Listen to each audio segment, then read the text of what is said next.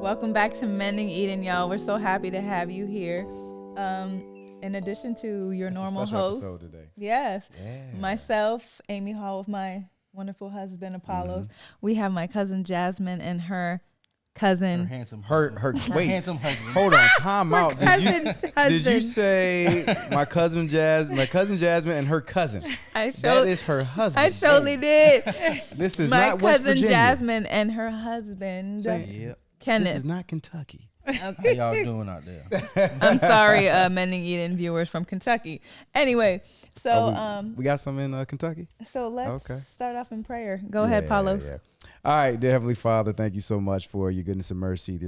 Thank you for allowing us to be here one more time. Please just let us touch the hearts that need to be touched. And whoever this episode needs to help, please let it help them. In your holy name we pray. Amen. Amen.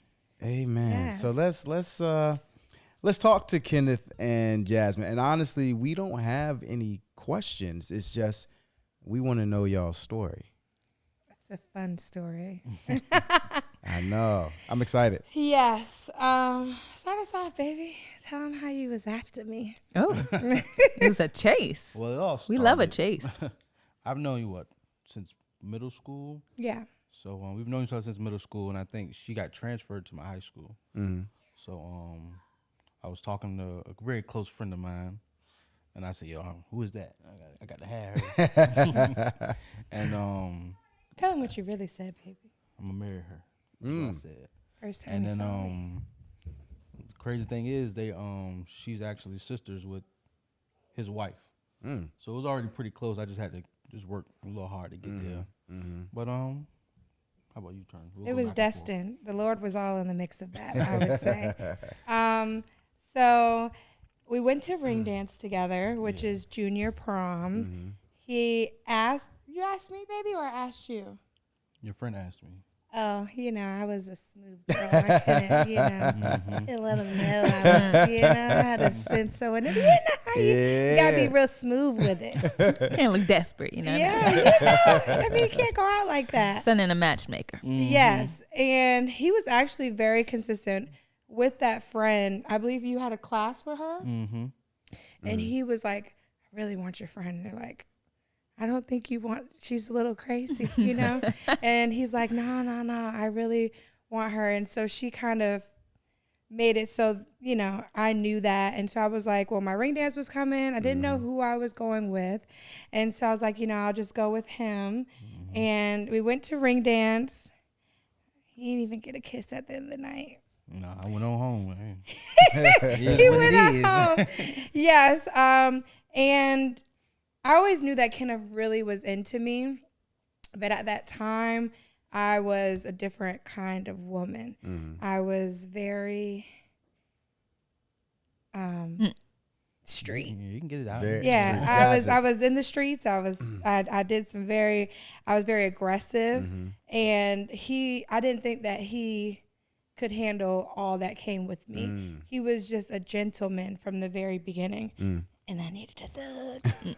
You thought you needed it. I thought the Lord knew best, but in my mind, I thought that I needed someone that was from where I was from and experienced what I had experienced to be able to handle me. I used to always say, even if I came with directions, you wouldn't be able to follow them. Can I ask you that? Like, why is it, Jazz, that you think at a certain age, like when we're like, it's like, I want a thug. Like, what is it about that mentality? I think My daddy was a thug. Tony Hall did not play. He's never played. He's never played about me, and I always knew that. I tell him, like, I've had a conversation with him, and I was like, Dad, when you dropped me off to Carver Elementary, which is like preschool, I think I had to be like 4 years old. He told me, if anyone ever disrespects you, you punch them dead in their mouth. That's what he told me. And I quote, Yeah. dead in their mouth. And it's actually, it's funny because when I say these things back to him, he's like, wow, you remember that? But yeah, I took that to heart, Dad, So I never really let no one mess with me. Yeah. And I come from a single mom, where it was me, my sister, and my little brother. And my sister is very passive, like my mom. She'll pray and let God handle you. I'm gonna come after you. And I think, unfortunately, I'd have taught my brother to come after you, too. Yeah, because he is definitely my mini-me, but don't quote this. Don't let him see this, because I keep telling him, you are not me. And I'm not the reason that you're behaving this way. So I was very protective over them. Because my dad was always a protector. And anyone that messed with my mom or my sister, it would erupt me, you know? Not so much my brother, because I knew if something was going on with him, he started it. I just had to finish it. And I knew that. So I would say, like, I actually caught my first charge when I was 10 years old in the 4th grade. I didn't know that. Yeah, I was living off a battlefield, going to Crestwood, and I was walking home from school, and there was a little boy. It was a boy, yes. And he was picking with me. We were arguing back and forth, and he ended up, like, throwing his drink on me. Oh, wow. Yeah. And my daddy had just bought me some white Air Forces, you know. Not the Forces. The Forces, okay. I said, oh, you done really did something now, okay. And so I beat him up pretty bad. And the ambulance were called. His mom pressed charges. What did you do to him, Jazz? Were you like Honestly, 8? I didn't think it was that bad. But they try to say that I beat him with a rake. But I knew that my mama didn't own a rake, so that was not possible, because she was a single mom and Tammy was not raking, okay? No leaves, so we did not own a rake. But that was my first, like, encounter with the justice system. Yeah. I had to go to anger management, and it started from there, really. I always say, you know, I grew up in the church. I'm Providence United Church of Christ, where my big mom has always brought us since we were kids. And I loved it. And I loved how my family was always there. But once I lost my big mom and my poppy 5 days apart from each other, it was very traumatic for me. And I didn't want to go back there, because I didn't want to just go to church and just cry, you know? I didn't want to go to a place where I wasn't able to worship, because I was just so stuck in the feels of not having the people who were there with me. So I always tell people, I always feared the Lord, but I never feared people. Yeah. So I got into a lot of trouble. I fought a lot. And I didn't really take any kind of, I just can't really put into words how I was just very protective. My mom is just really a sweet, sweet woman. And anytime that something would happen within my household, I felt like I had to protect them. So it was just wired within me. And then I knew if anybody messed with me, then they got to deal with my dad. So it was like a trickle effect, you know? And in the midst, Kenneth was there, like, the whole time. Like, even after ring dance, he was so persistent in knowing what he wanted that he would, like, take me out, like, once a year, like, on a date, like, just to show me, like, this is what you're missing.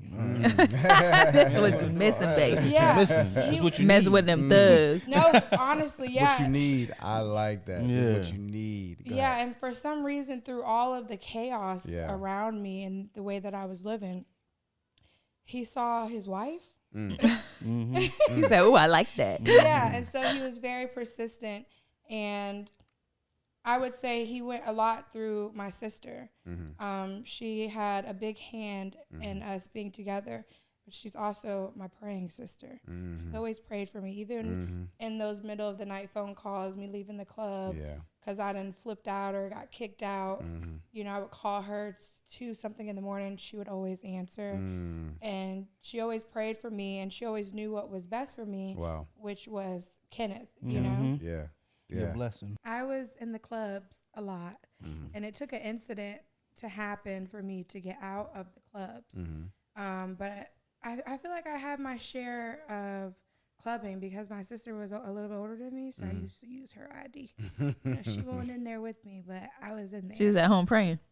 For sure. She was. The ID thing only works for women. That never works for guys. No, it does not work for guys. Yeah, I feel like I had to have been like 15 in Blakely's. Oh, wow. Yeah. And Blake's what, like 18 and up or 21 and up? I think it was 18 up for girls and 21 up for men. Yeah, okay, like okay. we would go on Sunday and have school on Monday. Oh my gosh. Yeah, and it was me and all my girls. Like, yeah, it was definitely. How was your thing. grades? No. No.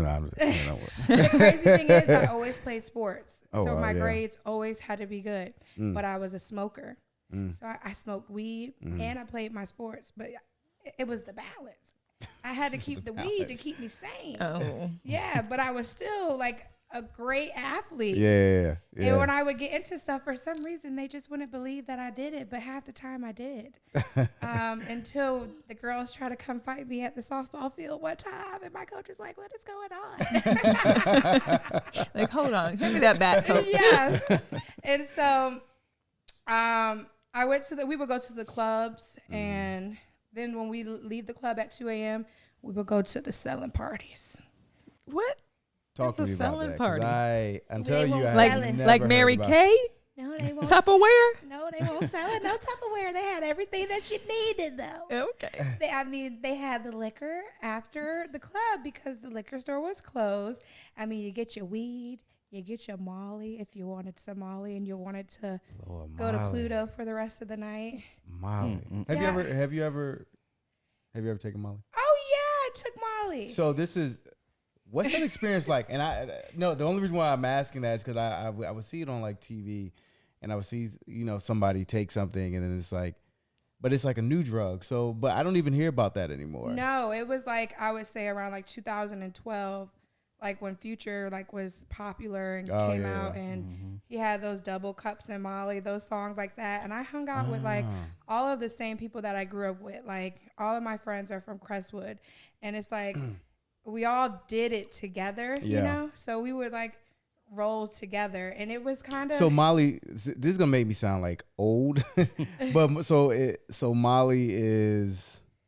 I would say a softer version of ecstasy. Gotcha. Okay. Because Okay. I tried ecstasy one time and I threw up horribly. It was just too strong for me. And the crazy thing is, like, I can't even take any kind of narcotic because it makes me throw up. My stomach's just too weak. But for some reason, the Molly wasn't bad. And me and my friends did that, I would say a year strong, Right. where we were just partying. And then when you're on Molly, you're up, you want to have a good time. Right. And so we would go to the club, we would leave the club, we would go to the selling party. And then like when the selling parties were closed, there was like an after hour spot on Military Highway that didn't close until like 7 a.m. And then if we didn't go there, we were at my house driving my poor mama crazy. She, bless her heart. We drove her absolutely crazy. And in the mix of all of my ratchetness, this man still wanted me and was still taking me out on dates. In 2015, I would say it was August, I went to a friend's birthday party. We were in VIP section because we don't do no general, We ain't do no general admission. we were in the VIP section. And, I was just having the time of my life. I had drank a lot of Hennessy that night. And somehow, some way, I got a football injury in the club. Now, nobody tackled me. I might have been, dancing. My niece used to tell people that I broke my leg twerking, clapping, whatever you want to say. Refer it to. Yeah, I mean, it was clapping. But I definitely tore my ACL and my MCL in the club. And y'all know who I called. The one I always call, my sister. I said, I tried to walk it off. You know how they tell you in sports, but there's nothing there. And I can't walk out of here.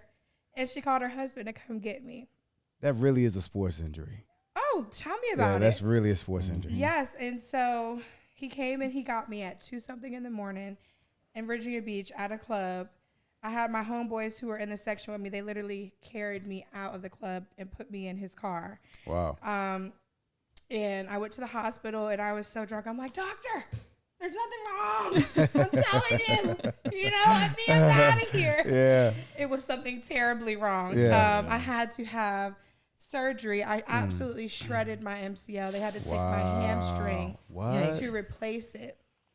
And my ACL. Wow. I was in a wheelchair for 5 months. I named him William. By the 5th month, I was popping willies in William. I was. You were wild. I was totally popping willies in William. And it was like it sat me down. Like, and I always feel like it was God. You know, I feel like you can't look over my life and the things that I've experienced and the situations that I've been in where I've been untouched and not know that God is real and that he has, like, he had something that I didn't know about myself, that he was so patient with me. He allowed me to go through those phases so that I can be who I am today. You know, I always say, you know, my story is a little bit crazy, but if you can't learn from it, you know, then I feel like God is always concerned with your heart, you know? And if your heart's not pure, you may judge someone because of certain things that they may have experienced in their past.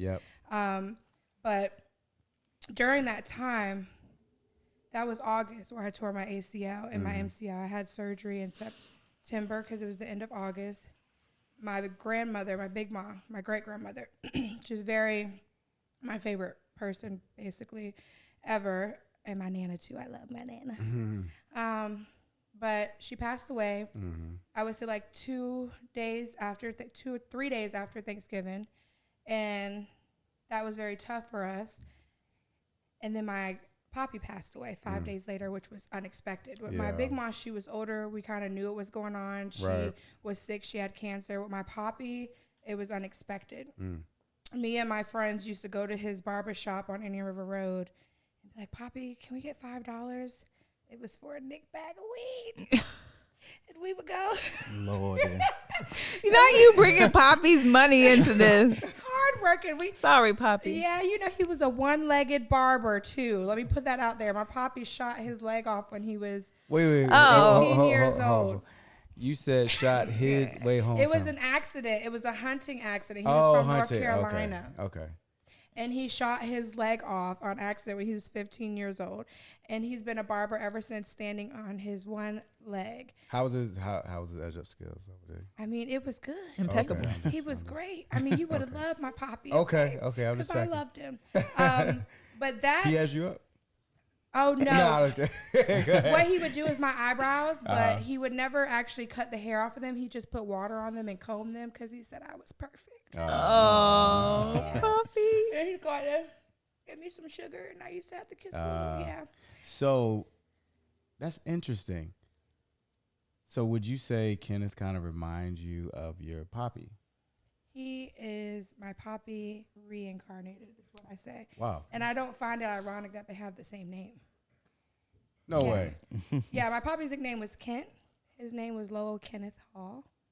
Yep. Yes. I did. And learn something new. Wow. When my Poppy passed away, it was the most devastating, traumatic thing I've ever experienced. They called me because I was always there. I stopped there, I would say, at least 2 times throughout the week. So they called my phone and they said, you know, your grandfather's not breathing and the ambulance are on the way. At that time, I couldn't just get up and go because I had just messed my leg up. And so not being able to get there, I eventually got in my wheelchair. My mom put me in. We went to the hospital and they pulled us in the room and they told us that I had passed away, but I just couldn't believe it, you know. It was the sad, I mean, I can't even put into words because it's like now to this day, as I go through life and how I've changed, I just wish that he could. And I know he can see it, but how amazing it would be for him to be here, you know. Walking with you. Yes. And Kenneth reached out to me that day. So Kenneth reached out. My sister had reached out to him. Yeah. But he reached out. I think he knew that I was in a very bad space. And he reached out to me, and I was in a transition because these people meant so much to me and they were gone. So like if you were to go up to my grandfather or my big mom and tell them, well, Jasmine was doing this, Jasmine doing this, they'd be like, no, she won't. They would deny it. But now they got a different view. You're right. So I was like, I can't do what I used to do because I don't want my Poppy to see it. So I knew I was in a transition from then. And so Kenneth reached out and he was like, you know. I was just checking in first off. Yeah, he was checking in on me. I was just checking on her. And then what happened then? I told my sister, I saw him at my sister's house. He had dreads out and it would like look crinkly. And I really liked that. So I was like, Nene, I just think this is the thing. And so she talked to him. She like orchestrated all of this really. And we went out and we were going out ever since really. I wasn't too serious when he was serious. And that was always kind of our downfall because it's like I wasn't looking to be married. Right. I wasn't even looking to be loved correctly, you know? She didn't know what she was missing. That's what it was. Yeah. And so when he came, it was like I was fighting something because I wasn't the woman that I needed to be able to accept that kind of. I wasn't there. Did you think you didn't deserve it, or? I would say, yeah. I was just used to a different kind of man. Yeah. And it makes me think of submission. I would never submit to any man. I led the whole way. Yeah. Because there's nothing about me that would ever allow anyone to think that I was weak. Because like I said, my whole life I've had to protect. Yeah. You know, so I can't come off as weak ever. But now I see it, you know, completely different. I feel like if you trust someone with your heart and you trust their intentions with you, letting them lead and submitting is one of the easiest things. Now, that's beautiful. You know, when you trust their trust intentions with your life and yeah, what they envision for you, submitting is the easiest part, I would say. But at that time, I wasn't ready. And he's always loved me. Yeah. And when I say there is nobody that has loved me the way he loves me, Yeah. it's like I used to feel like, this is bad, but he drank my bath water, you know, like after I ran a mile. She said after she ran a mile. Nah, Yes. I love it now. I feel like I walked on water to him, like he actually treated me like a queen, and I just was not used to that from any man that I dealt with in a physical way. Right. My father always idolized me as well. But he always taught me to be, you know, protective over myself, you know. Yeah. I always knew if something were to go wrong with me, then he would have to get involved and it would be this whole thing. Right. My grandfather, he was just always so sweet to me, you know. So he reminded me so much of him. I used to say, like, when my poppy left, he sent him, you know, to fill that void. But he fills that void, but also in a different way, you know. He's like he is my biggest blessing, you know, until, you know, but yeah, he's been my biggest blessing because he's made me want to be a better woman, you know, because he's always been a great man. He's never not been a great man. I think that's why I'm doing the most talking, because I had the most transitions over here. You know, he doesn't have much of a transition. He's always been good. He's always been good. Yeah. You know, and I'm so used to being the bad guy, you know, so the transition from bad to good took a while for me because I was okay with being the bad guy, you know, it didn't bother me. But once, I would say 2015, we got together. The first year was rocky with us having to really get to know each other because he's so used to crazy, aggressive Jasmine. Right. So we argued a lot, and the arguments would be tense, you know? And I feel like he would feel like he had to, like, go there first because he knew I was going to do it. Gotcha. And I'm like, dude, I wasn't even trying to do all that, you know? But he was already on alert. Yeah. Baby, why you want me when I was crazy? It was that crazy stuff. We'll do something. He liked it. Yeah, I mean, I just saw so much that you might not have saw in yourself. So I was like, well, I mean, I think us together would be perfect, but you weren't ready. And I was. And then when she was ready, I was like, what it is now. Yeah. You know, and it took some people talking to me to be like, look, this is really, she's serious. I'm still like, nah. Right.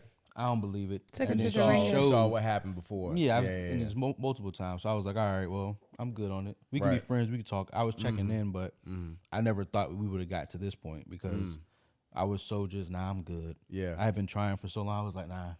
Yeah. But once they talked to me and she showed me more like, I'm changing a little bit. I can give you all those now. But I'm changing to better myself. So So it was that it was her showing more so than anything else. Yeah, that got you. definitely. Yeah. And I could tell that she was in a space where she might not have wanted nobody to talk to, but she needed somebody to vent to about things going on. So I felt like that was a good space for me to just slide on in. But at the same time, I wasn't looking for anything out of it. Right. So there were no expectations. Nah, because I knew she was going through something. So me more trying to be a friend was more important because I know you going through things. I hadn't lost a grandparents yet, so I didn't know how it felt. Wow. So me seeing what she went through was like, all right, I understand it now. I'm here for you if you need me.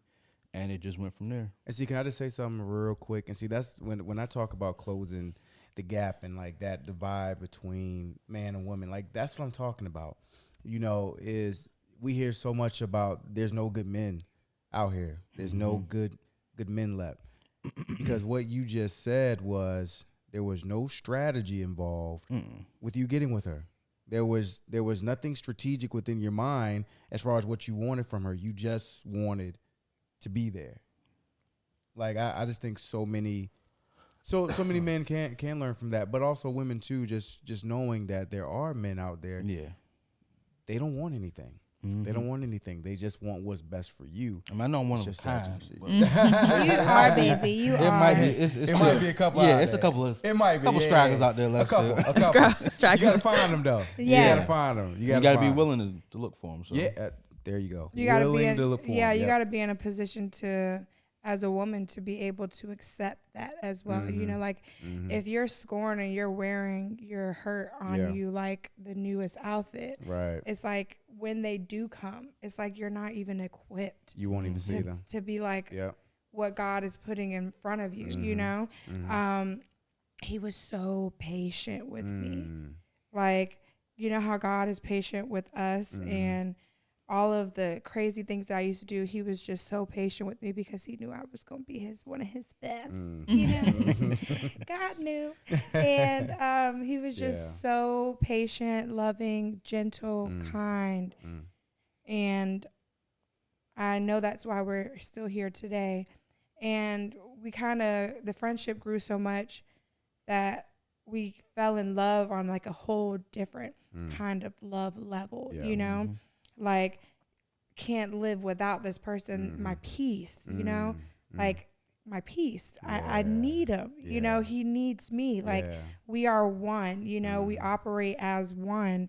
And it's just something that I've never had and I want for everyone around me because once you find that and that sense of security that I've never had with any other man, it's just something that is just so amazing. Yeah. And it's heaven sent. You know, it's only God's doing. He gets all the credit for it, you know, because you can like your first thing when looking for a man, he's got to be a God-fearing man, you know, first and foremost. And he grew up in the church. His mom is still at the same church. I grew up in the church, you know, but I was so far away. Yeah. You know, like even when he got with me, like he would be going to church on New Year's and I would be turning up. Yeah. He would leave church and come find me. You turn up too now. Yeah. I did mine. But he never pressured me to like, you need to go to church because he knew the battle that I was having, me and God, and I had to sit alone with God. Right. Figure out where he was trying to send me, you know? And that's when I was like, I need to find a church home. I love the church I grew up in, but it just reminds me, it makes me sad. So I need to find something new, something to start for me and him, you know? And then he proposed. That was 10/10/2020. What a number, right? 10/10/2020. Yeah, I like that number. Yes, where he proposed. At that time, we had been living together 2016 to 20. Yeah, so 4 years. 4 years we have been living together. We learned to coexist. We learned how to run our home very smoothly. Who was going to do what to make sure that there was order, you know. He's the hardest working man I've ever encountered in my life, you know, which made me want to work even harder. And I knew that what I was doing wasn't going to be enough, you know, like we're like what God has for us, we had to find what apostles say is our purpose, you know, and our calling and what God has destined for us. And me being on the phone talking to people, I'm a great talker, and I think my personality is what draws people in, but I was wasting my talent, you know. And once he proposed, I was like, wow, we're really going to like a whole nother level. Like I was not that girl that dreamed about her marriage or her wedding. Like that was just so not me, you know, like it wasn't even on my horizon. I wasn't even looking for something like that. And it's crazy how you won't even be looking for it. And then God will still give it to you because he knows that you deserve it. You're worthy of it, you know? And so from then I was like, well, there's no question that I was never going to be with anyone else. But after the proposal, you know, me and him were like, you know, Kenneth doesn't want to be an old dad. And that was one of his things. So he wanted to have a kid, and we knew that we weren't going to do our wedding for like another year and a half because I'm very over the top. I'm very extra. And we had like 300 people at the wedding, and it was just going to be a lot. Too much. Yeah, we broke the bank. That's neither here nor there. I'm still making up for it to this day. And so we were trying to have a baby, and we tried About for 2 years. yeah, about 2 almost 3 years, and nothing. I mean, he was shooting the club up, but the club was empty. They hadn't let no one in, so it wasn't working, you know. And so I was like, okay, let me go to the doctors. Let's figure out what's going on. And then they told me that I have PCOS, which is polycystic ovarian syndrome. And when you say polycystic, it makes you feel like you have cyst, you know. And when you go to the OBGYN, they make it seem like it's going to be really hard for you to have a kid. And it was like very devastating for me. You know, like they gave me like something called metformin, and I didn't really take it like that because, I mean, it was for insulin deficient. So it wasn't even really to help you get pregnant. So I was like, you know, let's just pause on the having the baby. Let's get married. You know, let's focus on our marriage. Let's do it the right way. We've already come this far, you know, and we were so gung-ho on doing it the right way. Like, I know that you're getting older, you know, but let's have holy matrimony and bring our child into that, you know? That's beautiful. We have to build that foundation first before we did that. And it's just, God is just so amazing. Isn't he? Like, I mean, there's not enough praises or thank yous that we can give, you know, for the way that he orders the steps, and you're supposed to just follow them and not lean on your own understanding. Because at that time, I was very devastated, and it's like, it's always something with me. You know, is how I felt, you know. If it wasn't my behavior, my aggression, my craziness, you know, I just feel like when I finally got to the place where I'm at peace, my life is good, I'm going to find me a church family, we're going to get married, everything is just peaches and cream. Here comes another blow. Well, you can't. And then I come from a family of women that are fertile myrtles, is what I call them, okay? They just sprouting them out. It was just very easy, and nobody really understood, you know, because it's just so easy for them to have kids. And I was ashamed, so I didn't talk about it. I didn't tell anyone. I think my mom knew, my sister knew, and my TT knew. My mom might know. Yeah, but that was it. And I have a big family. I didn't tell anyone. So after we got married, we had like, it was the best wedding. I mean, it was just amazing. And it was amazing. and I just feel like it was amazing because I think people already see our love. But to come and experience it and embrace it, I think it's completely different, you know, to see the way I love him, the way he loves me. I think that's really all that it was about, you know, and then coming before God to confess our love for each other and to become one. It was the best moment, you know. I couldn't have dreamed because I didn't dream about it. You know, but if I'd ever dreamed, it would have never been as good as that, you know. I do what I can here and there. I try to do a little something slight. Listen, Slight. I always say he makes me the happiest girl in the world. And same for me, baby. thanks, baby. You're so sweet. And so after we got married, we got married in April. In October, we went to the fertility clinic, or we called them. It was Shady Grove, and they were booked. And so we had to go to the one in Richmond and then have them transfer us to the one in Norfolk.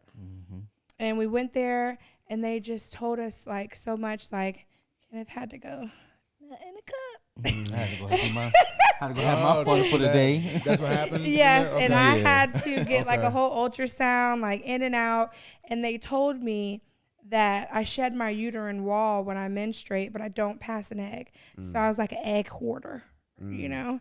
And A hoarder. yeah, and so they basically, I had like 27 eggs in one uterus and 30 in another that were just mature, and they weren't passing through. Oh, wow. And as they told us what we were going to do, it just seemed so simple. But then they were like, it's like a 20% chance that it'll work on the first go.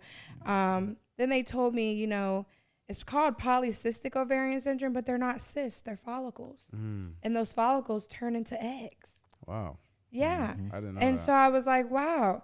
It makes people feel like they have a bunch of cysts or something's terribly wrong with them, but they're eggs, you know, that just need a little bit of help. Right. And so they told us to take, or I took a medicine for 5 nights called letrozole. And then 2 weeks after that, he had to give me a shot, and it was called Avidrel.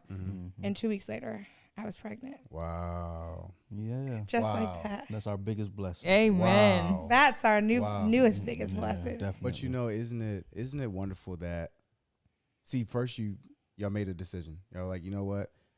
Let's do this thing the right way. Correct. You know, let's do this thing the right way. Let's focus on the marriage. Let's focus on getting married and creating that foundation, and then let God handling it.